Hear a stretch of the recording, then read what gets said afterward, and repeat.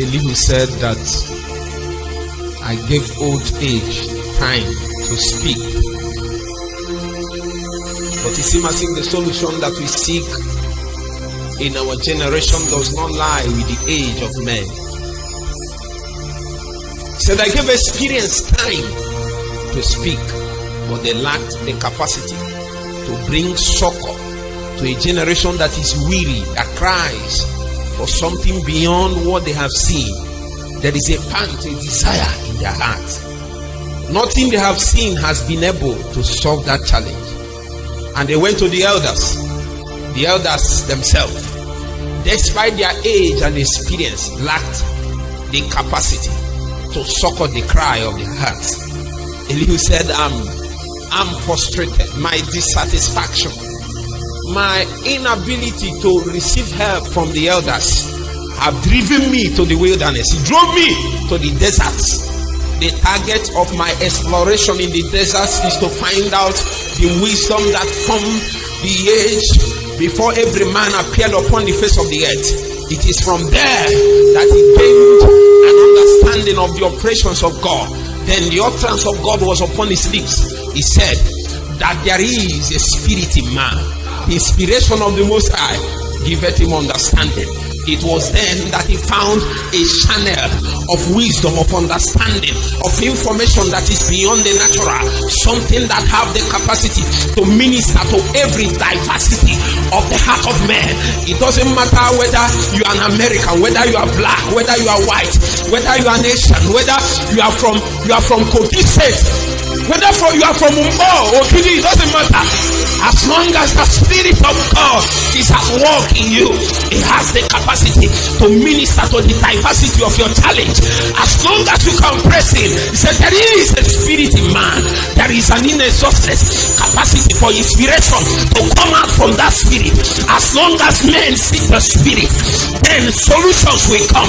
As long as they seek the spirit, then Satan will be conquered. We are not small, we are not weak. As long as the spirit is by our side. Somebody seek the Holy Ghost.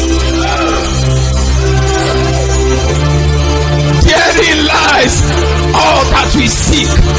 Therein lies the answer that our family seek. It doesn't matter how long witchcraft have stayed. It doesn't matter how long sorcery have stayed. It doesn't matter how long Satan has shown his power. The time has come, and that time is the regime of the Spirit of God. Jesus said to his disciples, it is necessary that I go, but I send to you the Spirit of my Father. He said, when the Spirit of truth is come, he will lead you into all truth.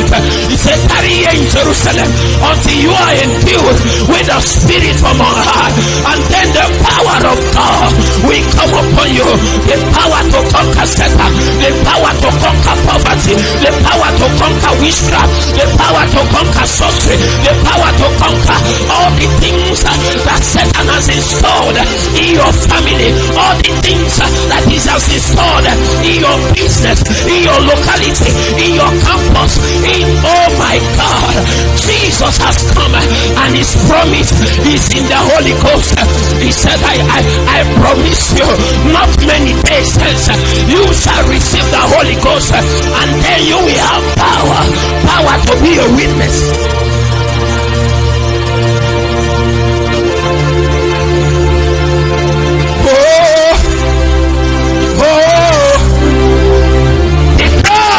In the heart of every wise young man is, show me your ways. Show me your ways, oh Spirit of God. Where is the tribute to your wisdom? Where is the tribute to your power? Where is the tribute to your prosperity? Where is the tribute of wisdom, of character? I know if I search you deep enough, I will find the things that I see. If I search you deep enough, my questions will be answered. If I search you deep enough, the quest of my heart will be satisfied. I know you are the fountain of life. Show me the path of life, that my soul will be settled. The scripture said that he has put eternity in the heart of man, so that any man that begins to search out the dimensions of God, a time will come, the resource that comes from the belly of the deep, the belly of the Creator, the belly of the eternal one himself, will find expression. Then the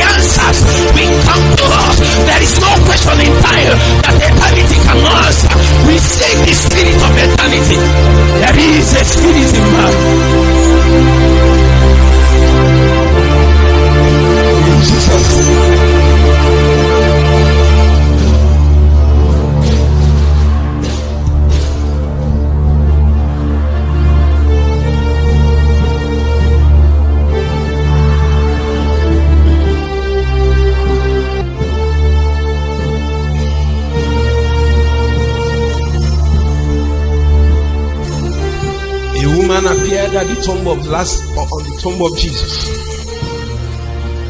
and the question rang out by the angels that has been marshaled from the very throne of God to become the guidance. Have you heard about the guardianship of angels? The Bible spoke that in the book of Genesis, when man was sent out of the Garden of Eden, the scripture said that the Lord placed the cherubs and the flaming sword on the gate of Eden, so that no man attempts to enter into those places except by the express permission of him that sits upon the throne. These are beings that are jealous. They don't need permission. They walk by instructions, and any man that crosses that path without a legal permission from the very throne of God suffers a loss that he can never recover from. They are jealous beings. It is on this basis that they are equipped with the capacity to begin to guard all the precious things of God. A few of them were at the tomb of Jesus. Remember that man that died, he said that I will be upon the belly of the earth for 3 days, that I give you a sign, the sign of Jonah. Just as Jonah was in the belly of the fish for 3 days, even so will the Son of Man be on the belly of the ground for 3 days. He said a certain corn of wheat falls and dies, it abides alone. That was the testimony of the regime that is about to come. When it dies, then the things that he carried in himself will begin to find expression in many other lives. The scripture said that in him dwelleth the fullness of the Godhead bodily.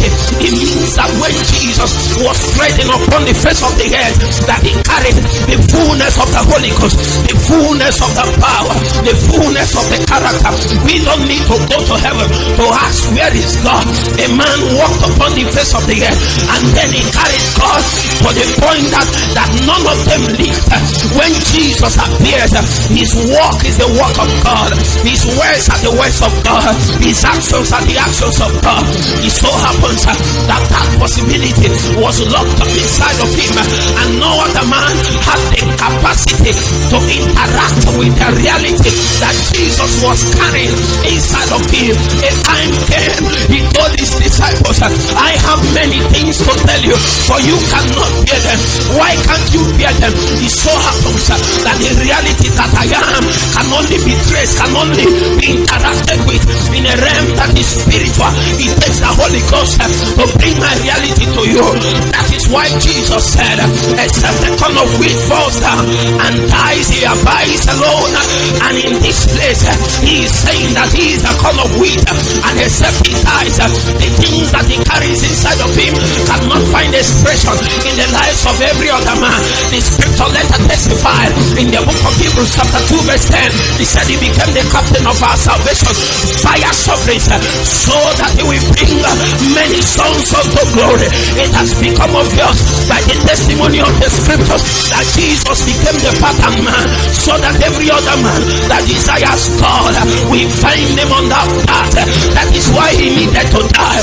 So when he died, his corpse was in the tomb, and then guardianship of angelic cat has to be released from heaven, so that no man will touch the corpse, will touch the body, because the scripture said that after 3 days I will rise up again.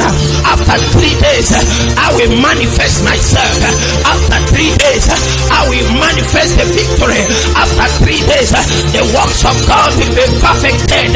So the guardianship of the angels have to be made manifest at that tomb. A woman appeared.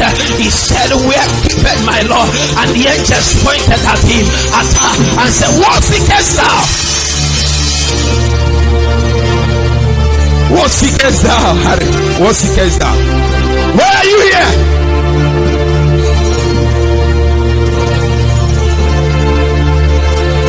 Oh my God.